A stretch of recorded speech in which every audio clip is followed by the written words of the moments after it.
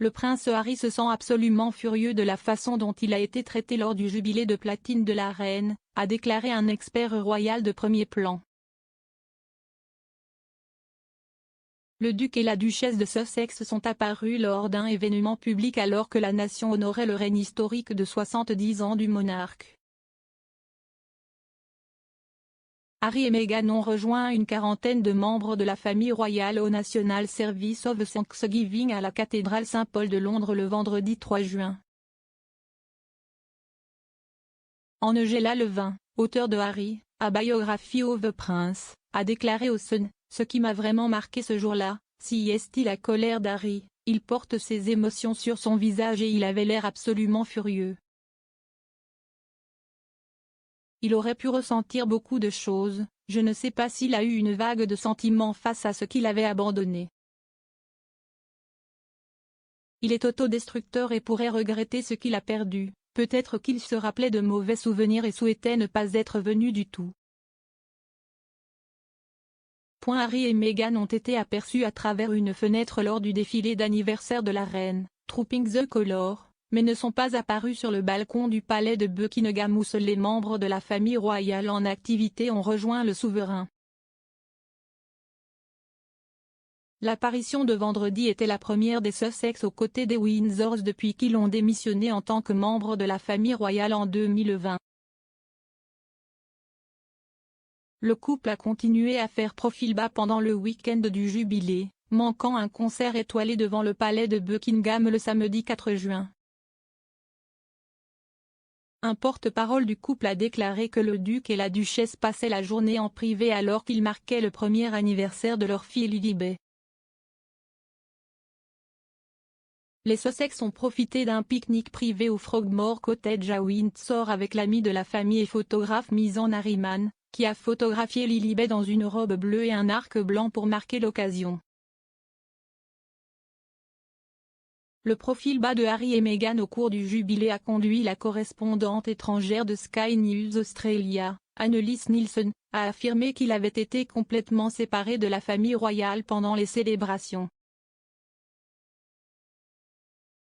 Elle a déclaré, « C'est juste un très bon exemple de la façon dont ils n'ont pas maintenu la relation au Royaume-Uni. Mais ils avaient tout le potentiel pour jouer un rôle plus important dans le week-end du jubilé, mais ils ont vraiment été mis à l'écart. Nous ne les avons vus que brièvement à Trooping the Colour, sur cette longue photo granuleuse avec leur cousin très jeune, puis au service de Thanksgiving où ils étaient complètement séparés de tous les membres de la famille royale. Ces 20 minutes où ils ont dû s'asseoir et attendre Kate et Wills, et le prince Charles et Camilla, ont vraiment mis l'accent sur l'endroit où ils se trouvent dans le monde. Ce sont des étrangers. Lady Colin Campbell a affirmé que le couple avait manqué une réception Guildhall après le service à Saint-Paul parce qu'ils craignaient de n'être que des membres de la famille royale de troisième niveau. S'adressant à GB News, elle a déclaré, « Ils craignent que leur marque ait été irrémédiablement endommagée par le fait que le monde entier sait qu'ils n'ont que des rôles de troisième niveau. » Pendant ce temps, le procès de deux hommes, dont un accusé d'être un suprémaciste blanc qui aurait décrit le fils du duc et de la duchesse de Sussex, Archie, comme une abomination qui devrait être réprimée dans son podcast en ligne, doit se poursuivre aujourd'hui. Selon l'accusation, Christopher Gibbon, 38 ans, a également appelé à ce que Harry soit poursuivi et tué judiciairement pour trahison dans l'émission de discussion de Black Wolf Radio qu'il a animée avec Tyrone Patton Walsh, 34 ans, a annoncé mardi un jury. On dit que le couple détestait les relations métisses et utilisait le mariage de Harry avec Meghan comme exemple. Monsieur Gibbon, de Carshalton, dans le sud de Londres, et Monsieur Patton Walsh, de Romford, Essex, sont jugés au tribunal de la couronne de Kingston. Ils ont plaidé non coupables d'avoir encouragé des actes de terrorisme d'extrême droite via leur podcast entre le 3 mars 2019 et le 9 février 2020.